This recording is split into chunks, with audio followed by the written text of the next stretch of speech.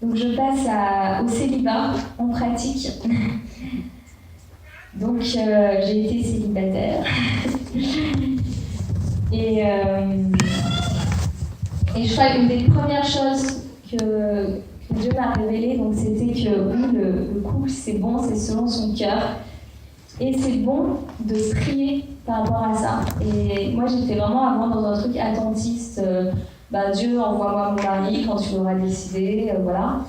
Et en fait, cette attitude attentiste nourrissait une amertume envers Dieu parce que du coup, je voyais pas le mec parfait, super mature, super top, super beau, super... Il arrivait toujours pas. Et je me disais, mais Dieu, tu m'aimes pas, quoi. Enfin... et en fait, il y a un moment où Dieu m'a dit, mais... Dieu m'a dit, c'est pas comme ça, mais j'ai réalisé, en fait, dans la prière, j'ai réalisé, mais en fait, je connais aucun homme chrétien. Et à cette époque-là, je ne connaissais vraiment aucun homme chrétien célibataire. Donc, il y a un moment, je peux prier, dire Dieu, envoie-moi, mais bon, si je connais aucun homme chrétien, ça va être un petit peu compliqué. Enfin, après, bien sûr, c'est bon d'avoir la foi, tout peut arriver, c'est sûr. Mais Dieu m'a aussi dit, tu m'accuses, mais et toi, qu'est-ce que tu as fait pour rencontrer cet homme? Qu'est-ce que tu fais pour ton mariage, en fait? Est-ce que tu désires vraiment te marier? Parce que j'ai pas l'impression, là, si je regarde ce que tu fais. Et c'est pas juste de l'action, et surtout, c'est pas de l'action sans Dieu, c'est vraiment avec Dieu. Mais j'ai compris que j'avais aussi ma part à faire. Et la première chose, c'était de prier pour ça, c'était d'exposer ses désirs à Dieu. Et ça, c'est vraiment important. Donc, Psaume 38:10, Éternel, tous mes désirs, je te les ai présentés et tous mes soupirs sont connus de toi. C'est important, en fait, même si Dieu il connaît déjà les désirs de nos cœurs, mais de les exposer devant Dieu, de mettre la lumière là-dessus.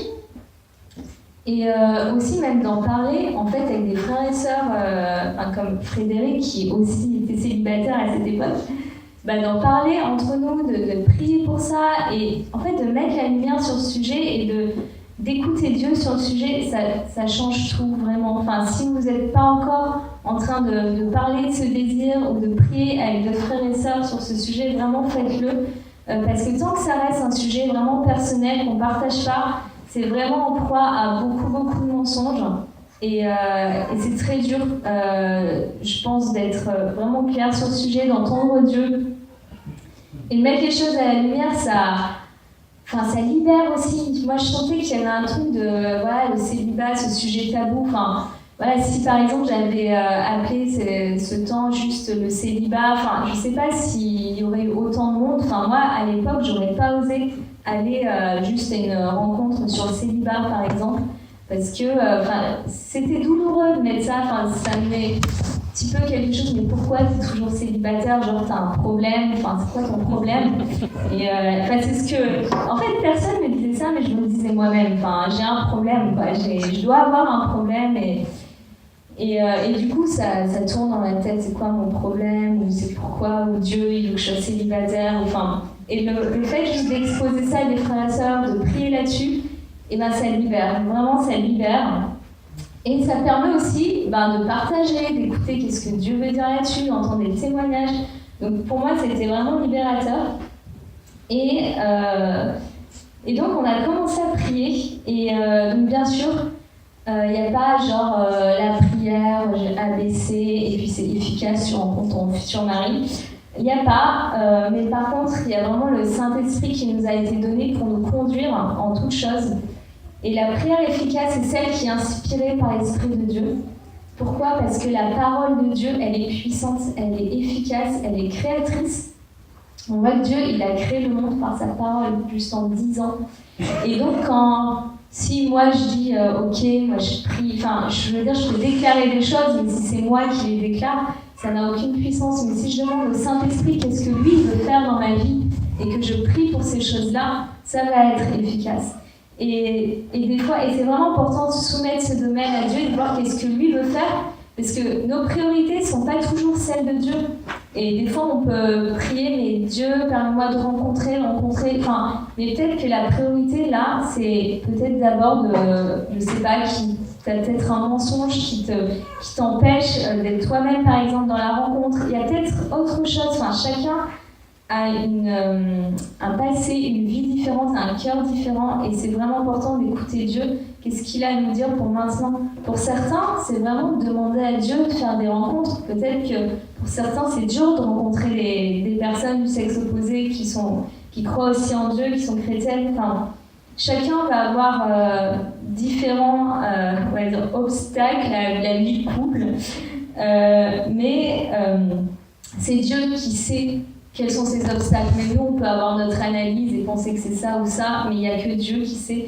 Donc c'est bon vraiment de le chercher, d'écouter Dieu, de prier à plusieurs. Vos frères et sœurs, ils peuvent recevoir des choses pour vous, et ils sont peut-être aussi moins influencés par... il y a tout le ressenti aussi qui vient avec, et ils peuvent avoir une parole à vous apporter. Donc un petit peu la liste des sujets pour lesquels j'ai prié. Donc j'ai vraiment prié pour faire des rencontres selon Dieu. Donc comme je vous ai dit, quand j'ai commencé à réaliser, à prier sur ce sujet, j'ai réalisé que la première chose, c'est que je connaissais aucun homme célibataire chrétien. Donc fallait commencer par là. Hein.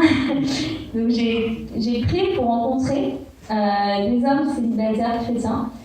Et alors là, un petit warning, ce que j'ai observé pour moi et aussi pour des amis célibataires qui ont commencé à prier pour ça, tout à coup elles ont rencontré plein d'hommes, mais alors c'était pas du tout ça. Juste, Satan aussi il sait qu'on est en recherche, donc c'est bon après donc, de prier aussi pour du discernement dans la rencontre, parce que voilà, des fois, on peut avoir des cadeaux empoisonnés aussi qui débarquent et se dire « Ah ben oui, j'avais prié hier, là je le rencontre, donc c'est de Dieu. » Enfin, mais non, pas forcément. Et c'est bon d'avoir de la sagesse dans nos rencontres. C'est bon de prier pour vraiment avoir cette liberté d'aimer en vérité, d'avoir le cœur de Dieu pour le couple et les personnes qui nous entourent, d'avoir vraiment la liberté de rencontrer les personnes aussi simplement. J'en viens au deuxième point sur le célibat, c'est comment rencontrer quelqu'un. Pour moi, c'était vraiment le gros stress au début, parce que je me suis dit, ok, bon là, je vois, il va falloir que je rencontre des hommes chrétiens, mais alors la pression, enfin, je me disais, dès que j'en voyais un, oui, il faut que j'aille le rencontrer, c'est trop dur, le gros stress, parce que en fait, on a toute une pression qui monte, c'est peut-être the one, enfin, oh là là, qu'est-ce que je vais lui dire, tout ça, on commence à rougir, enfin, c'est dur. Et en fait, c'était vraiment un processus qui m'a vraiment aidée, c'est de réaliser, j'ai lu un livre qui m'a aidée, je peux vous donner le titre, pour ceux qui parlent anglais, parce qu'il est qu'en anglais. How to Get a Date Worth Keeping de Dr. Henry Cloud. Et c'était un livre, en fait, c'est un gars qui est pasteur d'une église où il y a le plus de célibataires aux États-Unis, c'est à New York, donc dans les grandes villes, on sait que c'est là qu'il y a le plus de célibataires. Et il a vraiment commencé à encourager les célibataires de son église d'aller à la rencontre les uns des autres. Et en fait, ils avaient même, alors moi j'ai pas fait ça, mais ils avaient des défis, genre il faut rencontrer 5 nouvelles personnes par semaine, enfin. Et moi je me suis dit, c'est impossible. Bon, déjà quand je lisais ce livre, j'étais en Ardèche, enfin. J'ai rencontré 5 personnes par semaine. C'est un peu dur. Mais en tout cas, ça m'a parlé. En fait, j'ai réalisé, il parlait aussi de cette histoire d'Abraham qui a envoyé son serviteur chercher une femme pour son fils Isaac. Et le serviteur, il est parti et il ne s'est pas arrêté dans le désert. Seigneur, envoie la femme. Enfin, il est allé au puits. Bon, déjà, il est allé à un endroit où il y avait des personnes de la famille d'Abraham, parce qu'Abraham voulait quelqu'un de sa famille. Donc, il y avait aussi ce critère où on peut aussi se dire, oui, moi, je veux construire avec un chrétien. On pourra en reparler de pourquoi construire avec un chrétien, mais ça me semble évident, vu qu'on a parlé de l'unité spirituelle qui était très importante. Et on peut se dire, mais ils sont où les chrétiens? Donc déjà, va au puits, va là où tu vas voir des chrétiens. Donc lui, il est allé dans cette région et il est allé au puits à l'heure où toutes les femmes viennent pour puiser de l'eau. Donc il était un petit peu stratégique quand même. Il n'était pas juste... dans le désert. Et il a prié, il a demandé à Dieu de lui montrer qui serait cette femme. Donc il y a aussi une question de discernement, de demander à Dieu de nous inspirer, de nous montrer avec qui nous pouvons construire un couple. Et donc ça m'a beaucoup parlé. Et donc j'ai commencé à faire des rencontres, mais en fait à aller rencontrer les gars que je croisais. Mais en fait, ce qui a changé, c'est vraiment mon cœur. Vraiment à commencer à réaliser, mais parce que là, le gars, il disait pas va rencontrer, trouver ta future femme, ton futur mari. Il disait va rencontrer des personnes du sexe opposé, peu importe l'issue de la relation, juste pour rencontrer, juste pour apprendre à relationner avec des personnes du sexe opposé et aussi apprendre comment ils fonctionnent. Et j'ai réalisé, maintenant je vis une colocation avec un homme et ça va durer au moins 60 ans selon notre espérance de vie. Moi j'ai grandi avec des sœurs et je sais pas relationner avec un homme. Il y a plein de trucs que j'ai découverts dans le mariage et il y a aussi cette question-là en fait d'aller vers l'autre pas en se disant c'est mon futur mari, c'est ma future femme et j'ai envie de les rencontrer juste pour qui ils sont. Et c'est vraiment important de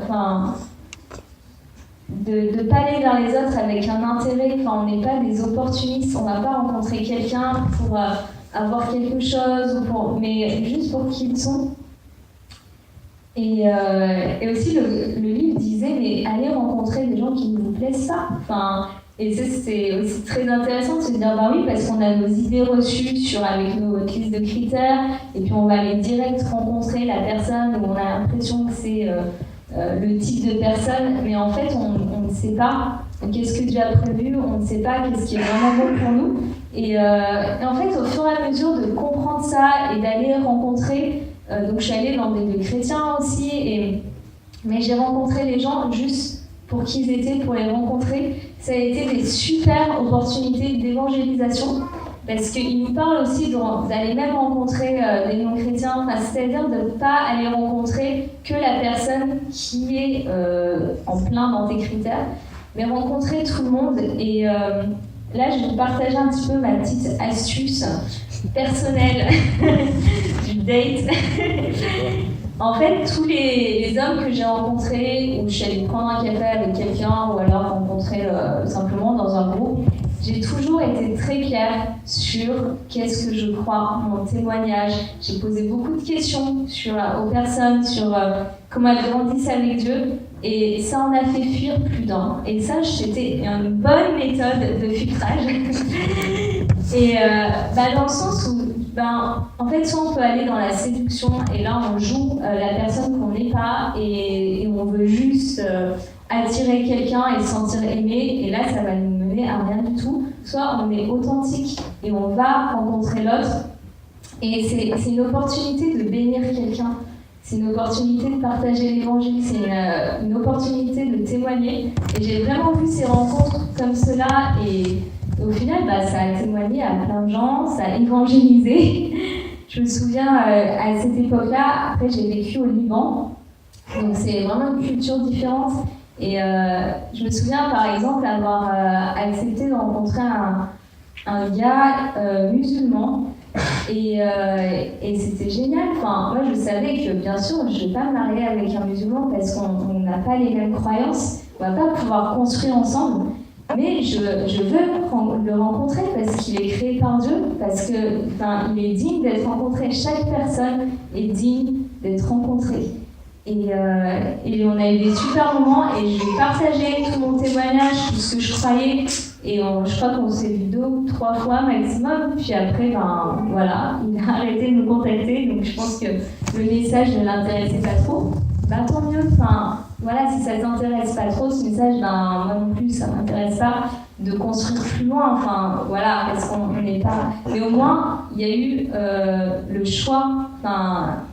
J'ai présenté l'évangile et il a été entendu, et après la personne fait son choix. Et pareil, dans le couple, on a le choix avec qui on va construire ou pas. Et ces rencontres, c'est pas pour déjà commencer à construire et faire attention aussi. Moi, j'étais pas dans un truc émotionnel, j'étais pas dans la séduction. J'étais vraiment là pour bénir quelqu'un. et pour aimer les autres dans le sens de l'amour de Dieu. Et voilà, donc si on y va avec ce cœur, je crois que c'est beaucoup plus simple. Et je vois que l'heure tourne. Donc, je pense qu'on parlera un peu de la sexualité après la pause, parce que ça va répondre. Il y avait beaucoup de questions aussi sur ce sujet, donc mon mari va en parler, et puis je compléterai juste ce qu'il dira. Mais je voulais terminer avec un petit exercice pratique. Attention, j'espère que vous êtes motivés, réveillés. Donc, par rapport à ce que j'ai dit là, par rapport à la rencontre, je voulais vous encourager à aller rencontrer quelqu'un dans la salle que vous ne connaissez pas, ou alors si vraiment vous connaissez tout le monde, allez rencontrer la personne que vous connaissez le moins. Et de préférence du sexe opposé, je crois qu'on a à peu près en plus. J'avais peur qu'il y ait que des femmes, mais je vois que ce n'est pas le cas. Merci les hommes d'être là. Et l'idée, c'est pas, comme on l'a dit, se dire là maintenant je vais rencontrer The One. Surtout quand on sait il y a des couples ici, il y a des célibataires, il y a mon mari, vous pouvez aussi aller le rencontrer. Parce qu'on est là pour se bénir et pour aller. Juste pour apprendre à y aller avec le cœur de Dieu et à bénir les autres dans la rencontre. Donc je vais prier par rapport à ça. Et après, je vous encourage à aller voir quelqu'un que vous ne connaissez pas un peu du sexe opposé, si c'est possible, si on est bien 50-50. Sinon, du même sexe, parce qu'en fait, le but, c'est pas là, c'est pas du speed dating, c'est du speed friending. C'est, voilà, d'aller rencontrer quelqu'un pour le bénir. Et je sens vraiment que, Dieu, il veut changer nos cœurs aussi par rapport à ça. Ce que j'ai vécu par rapport au célibat, c'est aussi souvent des personnes qui se croient un peu au supermarché, c'est-à-dire qui enchaînent les gars, les femmes, ils leur posent plein de questions et puis c'est pas lui, c'est pas elle. Mais je crois que ce que Dieu veut faire, c'est on est d'abord des frères et des sœurs avant toute autre chose, et au final au ciel on sera des frères, des sœurs, il n'y aura plus d'épouses, de maris. Et l'encouragement, c'est vraiment de se voir comme des frères, des sœurs, de se bénir, de ne pas avoir peur de rencontrer de nouvelles personnes. Voilà, sans avoir de pression. Donc je vais prier par rapport à ça, puis on peut y aller. Donc moi compris, ça fait longtemps d'ailleurs, j'ai un peu de tract. Seigneur, merci pour ce temps. Seigneur, je prie vraiment qu'on puisse retenir ce que toi tu veux nous dire. Seigneur, ce que toi tu veux dire à chacun, je prie que chacun puisse le retenir, le méditer dans son cœur. Et Seigneur, je te remets ce moment, Seigneur, je prie qu'on puisse se rencontrer les uns les autres sans crainte, sans pression, et qu'on puisse se voir vraiment comme des créatures merveilleuses créées par Dieu, comme des frères, des sœurs.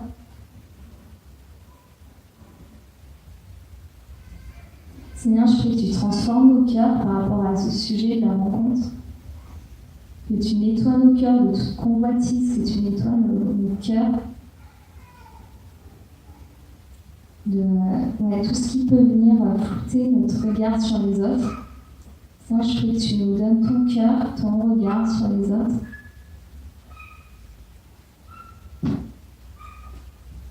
Je prie que tu bénisses ces temps, Seigneur. Amen. Donc la proposition, c'est d'aller rencontrer quelqu'un